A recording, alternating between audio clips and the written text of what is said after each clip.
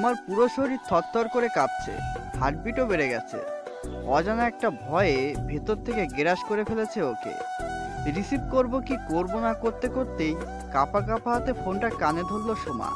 কিছু বলার আগেই শুনতে পেল, হ্যালো বাবু, তুমি কবে আসবে বলো তো?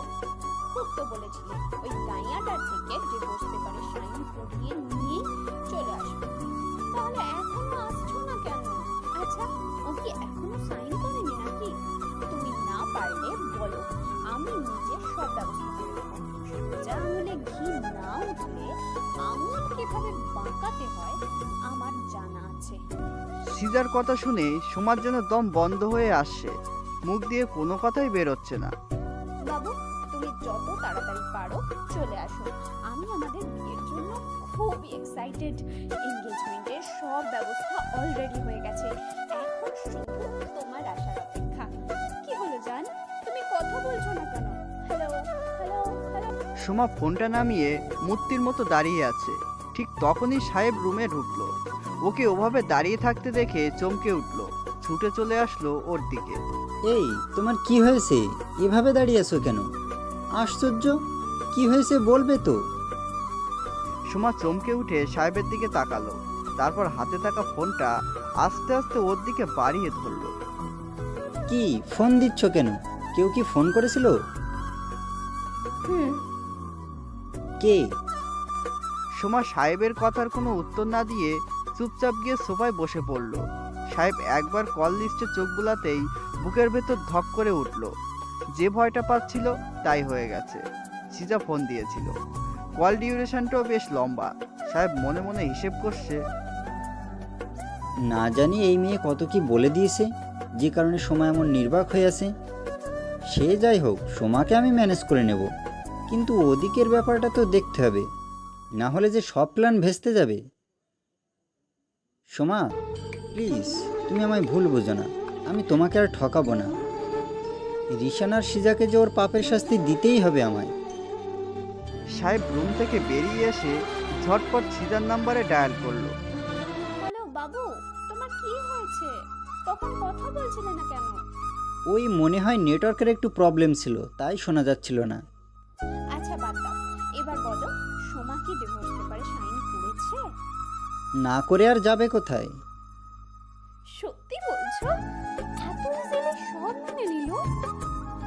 এত ইজিলি কি কেউ মানে? অনেক কাঠখড় পোড়াতে হয়েছে। যাই হোক, সাইন করেছে এটাই বড় কথা। আমি আজকে অনেক অনেক খুশি। তুমি খুশি থাকলে আমিও খুশি। তুমি তাহলে তাড়াতাড়ি চলে আসো, আমি তো এদিকে সবকিছু রেডি করে রেখেছি। এই তো আর কয়েকদিন পরেই চলে আসব। এদিকের কাজটা একটু গুছিয়ে নেই। Okay okay, take your time and love you. Love you too baby. ফোনটা নামিয়ে রেখে একটা দীর্ঘ নিঃশ্বাস ফেলে সাহেব বলল, লাভ মাই ফুট। তারপর রুমে গিয়ে সোমার দিকে তাকালো, কিন্তু এ কি, ও তো সোফায় নেই। চারপাশে তাকাতেই দেখলো ও বিছানায় শুয়ে আছে। আস্তে আস্তে ওর দিকে এগিয়ে গেল সাহেব। বেশ কয়েকবার ওর নাম ধরে ডাকলো, কিন্তু কোনো সাড়া শব্দ নেই। এবার গায়ে হাত দিয়ে একটু নাড়া দিল, আর তার সাথে নাম ধরে ডাকাডাকি তো আছেই, কিন্তু কোনো সাড়া শব্দ নেই। তবে কি ও সত্যি সত্যি ঘুমিয়ে পড়েছে? কিন্তু ও তো এমন হুট করে ঘুমানোর মতো মেয়ে না, আর এমন ডাকাডাকি করলে তো এমনিতেই ঘুম ভেঙে যাওয়ার কথা। তাহলে কি সিজা ওকে উল্টোপাল্টা কিছু বলেছে? ও কি আমাকে ভুল বুঝলো? ও কি তবে আমার সাথে এ ব্যাপারে কোনো কথা বলতে চাইছে না? এমন হাজারো প্রশ্ন সাহেবের মনে উকি দিচ্ছে, যার জবাব একমাত্র সময় দিতে পারবে। রাত 2টো। সাহেব এখনো সোমার মাথার কাছে বসে আছে। সোমা ঘুমাচ্ছে, কিন্তু ঘুমটা ততটা গভীর নয়। মাঝে মাঝে কেমন যেন উসখুস করছে মেয়েটা। সোমার দিকে তাকিয়ে সাহেব আরও খারাপ লাগছে। মন চাইছে এক্ষুনি ওকে ঘুম থেকে উঠিয়ে বলে দেয় যে, সোমা, তুমি আমার সম্পর্কে যা কিছু ভাবছো সবই ভুল। আমি শুধুমাত্র তোমাকেই ভালোবাসি, আর কাউকে না। তাই আমাকে ভুল বুঝে নিজেকে শুধু শুধু কষ্ট দিও না প্লিজ। তোমাকে কষ্ট পেতে দেখলে যে আমারও অনেক কষ্ট হয়। সকালে সাহেবের ঘুম ভাঙলো বেশ দেরি করে। ঘুম ভেঙে দেখলো বালিশে মাথা দেয়া আর গায়ে পাতলা একটা চাদর। রাতে কখন ঘুমিয়েছে ঠিক মনে করতে পারছে না ও। কিন্তু ঘুমানোর সময় যে বালিশ চাদর কোনোটাই ইউজ করেনি সেটা ঠিকই মনে আছে। তার মানে এসবই সুমার কাজ। আনমনে মুচকি একটা হাসি দিল সাহেব, তারপর বিড়বিড় করে বলল, আমার পাগলি বউটা বড়টার উপর রাগ করে আছে, তবুও তার যত্ন আত্মের কোনো কমতি রাখিনি। বিছানা থেকে উঠে বসলো সাহেব, তারপর সুমাকে ডাকতে লাগলো। সোমা, আমার মিষ্টি বউটা কই? ওদিক থেকে সুমার কোনো জবাব আসলো না। সোমা, এই সোমা, কই তুমি? একবার এদিকে এসো প্লিজ। তবুও কোনো উত্তর মিলল না। সাহেব এবার একটু চিন্তায় পড়ে গেল। বাথরুম, বারান্দা কোথাও নেই মেয়েটা, তাহলে কোথায় গেল? ঝটপট ফ্রেশ হয়ে বেরিয়ে পড়ল সাহেব। হোটেলের লবিতে বা রিসেপশনে কোথাও সোমার কোনো অস্তিত্ব নেই। এবার হোটেলের স্টাফদেরকে সোমার ব্যাপারে জিজ্ঞেস করতে শুরু করলো সাহেব। সবার কাছে হতাশ হয়ে যখন হাল ছেড়ে দিয়েছে, ঠিক তখনই একজন বলল সোমা নাকি সেই ভোরবেলায় হোটেল থেকে বেরিয়ে গেছে। ঠিক কোন দিকে গেছে তা উনি জানে না। ওনার কথা শুনে সাহেবের মাথাটা রীতিমতো খারাপ হয়ে গেল। এই অজানা অচেনা শহরে মেয়েটা একা একা কোথায় গেল? বুঝতে পারছি আমার উপর খুব অভিমান হয়েছে, কিন্তু তাই বলে এমন একটা কাণ্ড করে বসবে? এখন আমি কি করি? কোথায় খুঁজি ওকে? আমি মনে হয় পাগল হয়ে যাব। এই পাজি মেয়েটা আমাকে পাগল করে ছাড়বে দেখছি। একটাবার শুধু পাই ওকে, তাহলেই বুঝবে আজকে ওর একদিন নাকি আমার একদিন। মনে মনে এসব বিড়বিড় করতে করতে সি বিচের দিকে ছুটল সাহেব। সি বিচের পাশেই ছোট্ট একটা পার্কে বসে আছে সোমা। সাহেবের উপর রাগ করেই চলে এসেছে এখানে। রাতে সাহেব সিজাকে যা যা বলেছিল তার সবই শুনেছে ও। সিজার বলা কথাগুলো শুরুতে মিথ্যে মনে হলেও সাহেবের কথায় বুঝতে পেরেছে যে মেয়েটা যা বলেছে সবই সত্যি। সাহেবের সাথে যাতে এ ব্যাপারে কোনো কথা না বলতে হয় সেজন্যই ঘুমের ভান করেছিল। সাহেব অনেকবার চেষ্টা করেছে ওর ঘুম ভাঙানোর, কিন্তু জেগে থাকা মানুষের ঘুম ভাঙানো কি এতই সহজ? সে যাই হোক, কোনো রকমে রাতটা পার করে ভোর হতেই হোটেল থেকে বেরিয়ে পড়েছে। উদ্দেশ্য একটাই, সাহেবের সামনাসামনি যাতে না পড়তে হয়। হোটেল থেকে বেরিয়ে প্রথমে সি বিচের দিকেই গিয়েছিল সোমা, কিন্তু সকালের দিকে এদিকটা একটু বেশিই যেন ভিড় মনে হচ্ছিল ওর কাছে। আর এই মুহূর্তে ওর খুব নিরিবিলি একটা জায়গা দরকার ছিল, যেখানে বসে মন খুলে কান্না করা যাবে। তাই কোনো কিছু না ভেবেই উদ্দেশ্যবিহীনভাবে হেঁটে যাচ্ছিল। বেশ কিছুক্ষণ হাঁটার পর হঠাৎ করে এই পার্কটা চোখে পড়ল ওর। কোনো কিছু না ভেবেই ঢুকে পড়ল এখানে। সারা রাতে জমানো কষ্টগুলো কান্না হয়ে ঝরতে লাগলো। সোমা কিছুতেই মানতে পারছে না যে সাহেব আবারও ওর সাথে এমন ডবল ক্রস করলো। ওর দেয়া প্রথমবারের আঘাতগুলো ভুলে নতুন করে ওর প্রেমে পড়তে শুরু করেছিল। আবার মনে হচ্ছে ওর কোথাও ভুল হচ্ছে, ও হয়তো সাহেবকে ভুল বুঝছে। কিন্তু তা কি করে সম্ভব? এমন কিছু হলে ওই মেয়েটা কি করে ওর এখনকার নাম্বার পেল?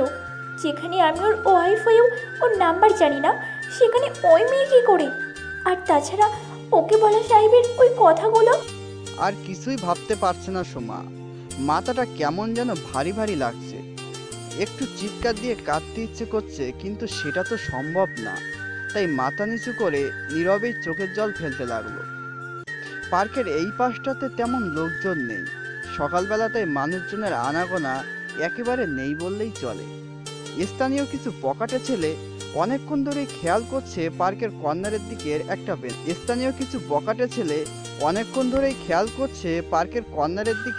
বেঞ্চে একটা মেয়ে একা একা বসে আছে। অনেকক্ষণ ধরেই মেয়েটার দিকে খেয়াল রেখেছে ওরা। না, এতক্ষণে কাউকেই ওর কাছে আসতে দেখা যায়নি। নিজেদের মধ্যে আরো কিছু কথা বলে ওরা ধীরে ধীরে মেয়েটার দিকে এগিয়ে গেল। হে বেবি, তুমি এখানে একা একা বসে কি করছো? Excuse me. আমাদেরকেও তো একটু সুযোগ দাও তোমার সঙ্গ দেওয়ার। বিশ্বাস করো, আমাদের সঙ্গ তোমার খুব ভালো লাগবে। Just leave me alone please. আমাদের হাত থেকে পালানোর তো কোনো উপায় নেই। তুমি কি স্বেচ্ছায় আমাদের কাছে ধরা দেবে, নাকি জোর করে সব আদায় করতে হবে? আমি কিছু চাই না, প্লিজ আমাকে যেতে দিন। সোমা উঠে চলে যাওয়ার চেষ্টা করলো, কিন্তু ছেলেগুলো ওকে যেতে দিচ্ছে না। ওর হাত ধরে টানাটানি শুরু করে দিয়েছে। সোমা যতই ছাড়ানোর চেষ্টা করছে, ওরা ততই আরো জোরে জোরে ওকে চেপে ধরছে। এদিকে সি বিচে তন্ন তন্ন করে খুঁজেও সোমার কোনো খোঁজ পেল না গুন্ডা। ওকে না দেখতে পেয়ে পাগলের মতো এদিক সেদিক খুঁজতে লাগলো। চারপাশে খুঁজতে খুঁজতে যখন হতাশ হয়ে একটা পার্কে এসে বসে পড়লো, তখনই জিনিসটা ওর চোখে পড়লো। 4-5টা ছেলে একটা মেয়েকে ঘিরে দাঁড়িয়ে আছে। মেয়েটাকে স্পষ্ট দেখা না গেলেও আবছাভাবে ওর ড্রেসআপ দেখে যেটুকু বুঝলো, অনেকটা সোমার মতোই লাগছে দূর থেকে। আর একটু খতিয়ে দেখার জন্যই সামনের দিকে এগিয়ে গেল সাহেব। মেয়েটাকে দেখেই তোর মনটা আনন্দে ভরে উঠল। ওর সামনে সোমা দাঁড়িয়ে আছে। মন থেকে আনন্দের রেশ কাটার আগেই দেখলো ছেলেগুলো সোমার হাত চেপে ধরেছে, ওর সাথে অসভ্যতামি শুরু করেছে। মাথায় রক্ত উঠে গেল সাহেবের, কিন্তু মনে মনে নিজেকে বোঝানোর চেষ্টা করলো। এটা বিদেশ, শুধু শুধু ঝামেলায় জড়ানো ঠিক হবে না। মাথা ঠান্ডা রেখে কাজ করতে হবে।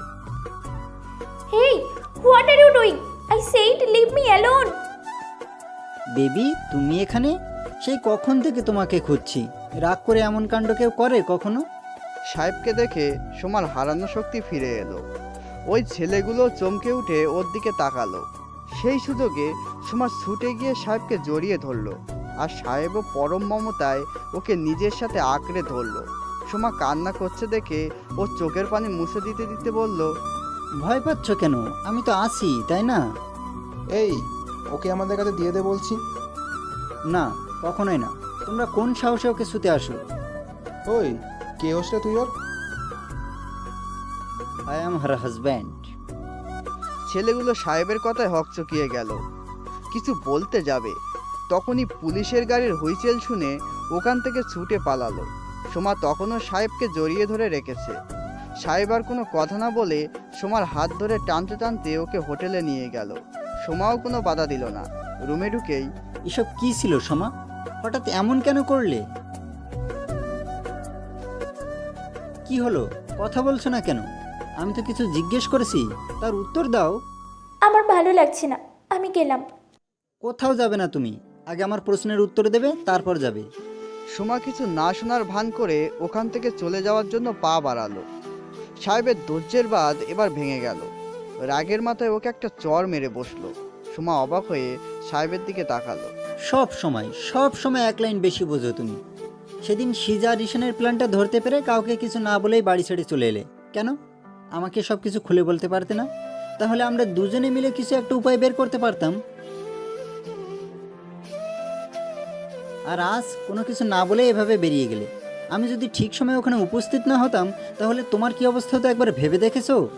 যদি খারাপ কিছু হয়ে যেত? সোমা গালে হাত দিয়ে বসে পড়ল। তারপর মাথা নিচু করে নীরবে চোখের জল ফেলতে লাগলো। ওকে কাঁদতে দেখে সাহেবের চোখেও জল চলে আসলো। ওর সামনে মেঝেতে পা ভাঁজ করে বসে ওর দুটো হাত ধরে বলতে শুরু করলো, এমন কেন করো বলো তো? তুমি কি বোঝো না তোমার জন্য কেউ একজন টেনশনে অস্থির হয়ে থাকে? আজ যদি তোমার কিছু একটা হয়ে যেত, তাহলে আমার কি হতো ভেবেছো? কিন্তু সিজা। সরি জান, সিজার ব্যাপারটা এখনই তোমাকে কিছু বলতে পারবো না। তবে তোমার কাছে একটাই রিকোয়েস্ট, এতদিন যখন আমাকে বিশ্বাস করেছো, আর কয়েকটা দিন আমার ওপর বিশ্বাস রাখো প্লিজ। দেখো সোমা, আগে আমি কেমন ছিলাম তার সবই তো তুমি জানো। তোমার ভালোবাসা দিয়ে তুমি এই অমানুষটাকে মানুষ করে তুলেছো। বিশ্বাস করো, আমি শুধুমাত্র তোমাকেই ভালোবাসি। তোমার জায়গাটা সিজা কেন আর কেউই কখনো নিতে পারবে না। একটা শেষ সুযোগ দাও আমাকে নিজেকে প্রমাণ করার। কি পারবে না? শেষবারের মতো এই একটা কাজ আমার পাশে থেকে আমার হাতে হাত রেখে পারবে না একসাথে এগিয়ে যেতে?